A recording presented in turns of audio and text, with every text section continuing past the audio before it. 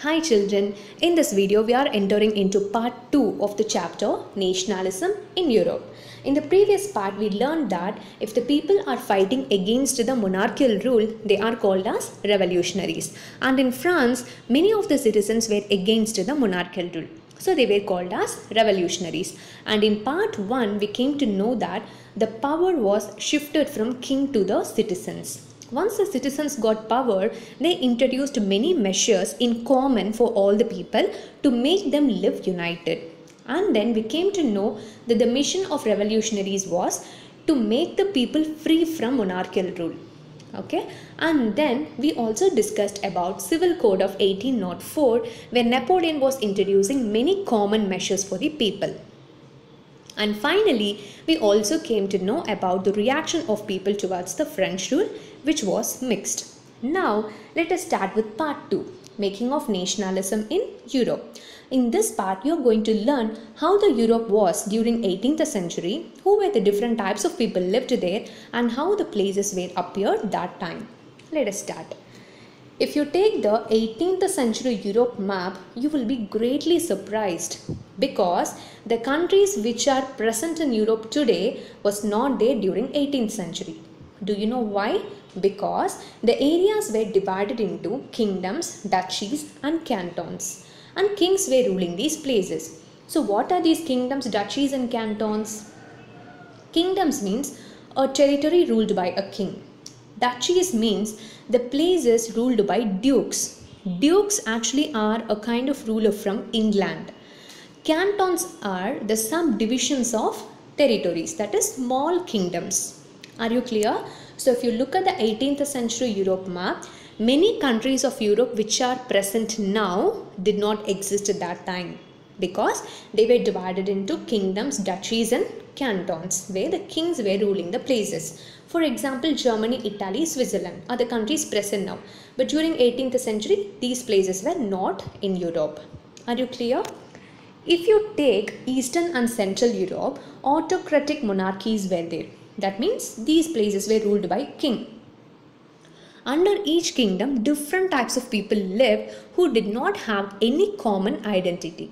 So, for understanding about the common identity, for example, you take India. So, India, we are having many common things. If you take the states like Andhra Pradesh, Kerala, Tamil Nadu, and all, they are living in a particular state as they are having common language. In Tamil Nadu, they speak Tamil language. So, it is a common identity. So, the people are united without fighting with each other as they belong to the same language. Similarly, you take Jharkhand, Uttarakhand, and all, they were having common culture. That is why they were made to live in the same state, right? As they are having common culture, they are not fighting with each other. Likewise, there will be some common identity between the people living in the same place, right? But during 18th century in Eastern and Central Europe, when the kings were ruling, the people were not having any common identity. They were very different. They did not have any common language, they did not have any common culture, they did not belong to any common ethnic culture. They were different in everything. They spoke different languages, they belonged to different ethnic groups, and they followed different culture. Let us check with an example. Habsburg Empire. Habsburg Kingdom was ruling Austria-Hungary that time. Habsburg Empire was having lot of places under it, where different types of people lived who spoke different languages. Let us check what were the places under Habsburg Kingdom. These were the places: Alpine, Bohemia, Lombardy, Venetia, Hungary, Galicia. I think it's like a different language, right? No worries. If you repeatedly say these words, you will get familiarity with these words. So don't worry. Say the words again and again. Alpine, Bohemia, Lombardy, Venetia, Hungary, Galicia. So how to remember this easily means you just take the key letters A, B, L, V, G, H. Okay, A, B, L, V, G, H. Alpine, Bohemia, A, B. And note this point, Alpine is a region which is comprised of 3 places: Tyrol, Austria, Sudetenland. All the 3 together, it is called as Alpine region. Okay, so A, B. Alpine Bohemia, in these regions people were speaking in German. In LV, Lombardy Venetia, the people were speaking in Italian language. In Hungary, half of the people they spoke Magyar language and remaining half of the people they spoke different languages. And in Galicia, the people spoke Polish language. Are you clear? AB, German language, LV, Italian language, Hungary, Magyar plus dialect. Dialect means different languages, and in Galicia, Polish language. And these groups were called as aristocrats. Aristocrats means higher class people, superior, dominant people. Okay. Apart from these aristocrats who were living under Habsburg Empire means obviously peasants.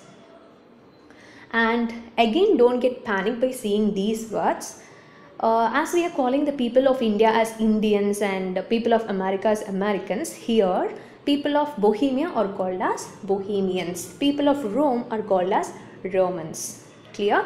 And I have given you the words based on the directions the peasants lived. Bohemians and Slovaks were living in the north of Europe, and Croats were living to the south.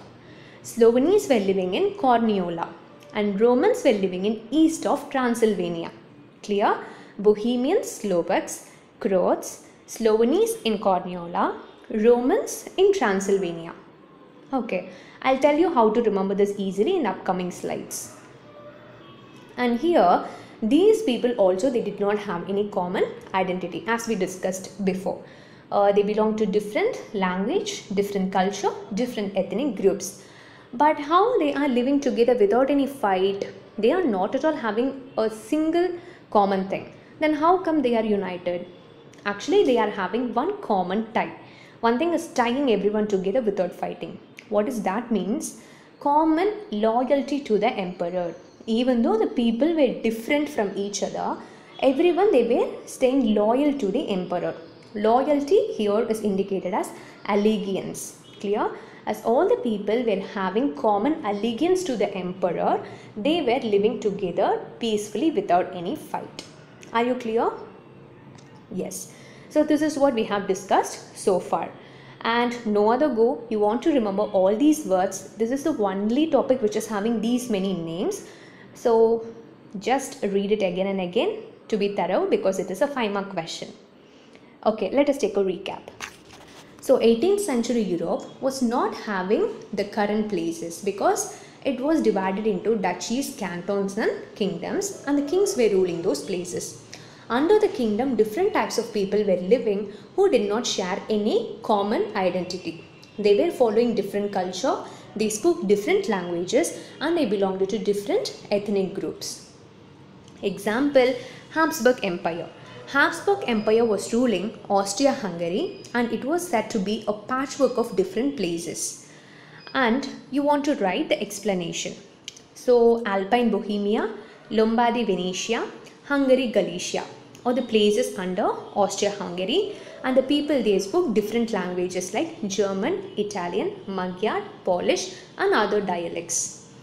And then lived peasants group. I told you, right? The easy method to remember. Here also you just take the key letters BS, SC, RT, C. So you can remember with other technique also. It is your wish.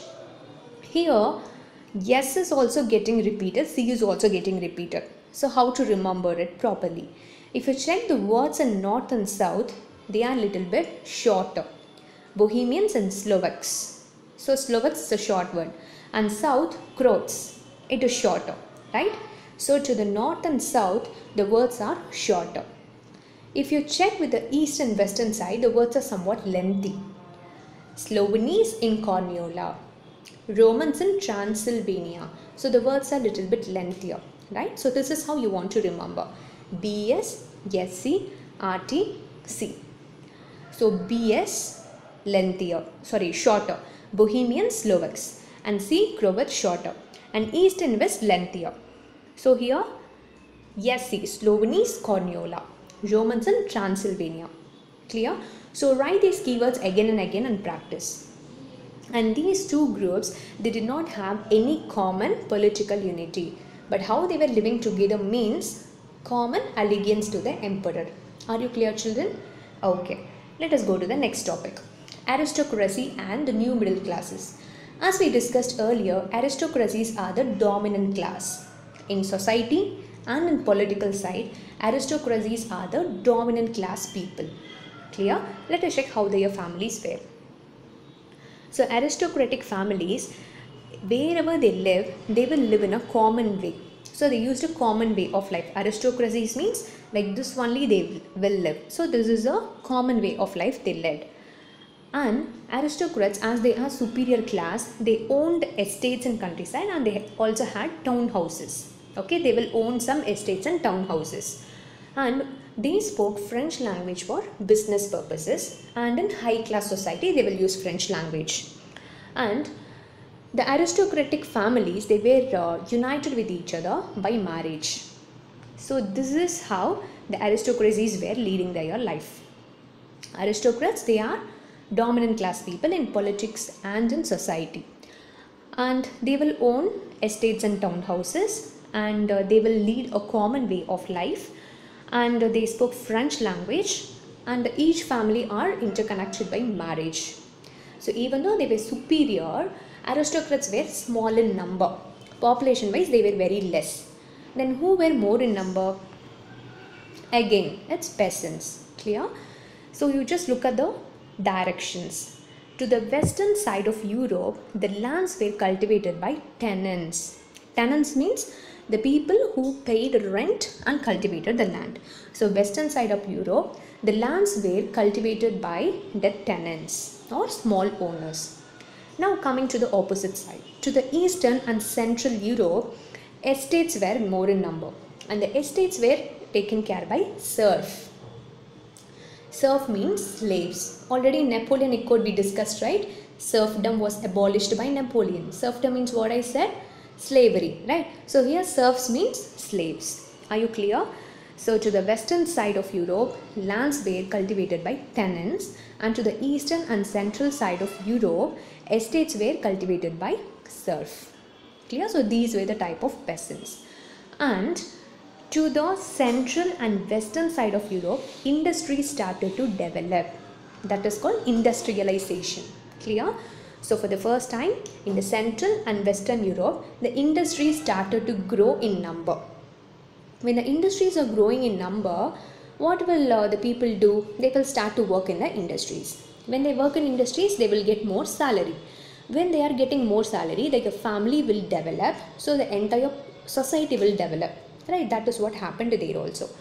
So in the central and western Europe, industries started to grow in number. Because of that, towns started to develop, and this led to the formation of new commercial class people. Commercial class people means the people who worked in industries are called as commercial class. Those are related with business. Clear? And the point to be noted here is industrialization actually started in England first. In England, by the second half of 18th century itself, the industry started to develop. But in France and German states, by the 19th century, when the industry started to develop. Okay, this is additional information for 1 marks. So, the industries developed, towns developed, so new commercial class started to appear. So, who are these new commercial groups? 2 types of people, working class, middle class people. Working class people, you know well, the people who were working in industries. Middle class people included industrialists, businessmen and professionals. Are you clear? So because of the industrialization, 2 types of people started to grow in number, working class people and middle class people. Can you understand this? Because of the industries only, people started to work. So working class people started to grow. And because of the industries only, many people earned money. So they became as middle class people. So industrialists, businessmen, professionals, they are existing only because of the industries. If there is no industry, this middle class people will not be there. Right? Okay. And these people, they were less in number till 19th century. After that, they started to grow in number. And between these people only, the national unity term was very, very famous. Because these educated people and middle class people only, they were very interested about national unity. And they wanted to crush the privileges of aristocrats. They wanted all the people to be treated equally.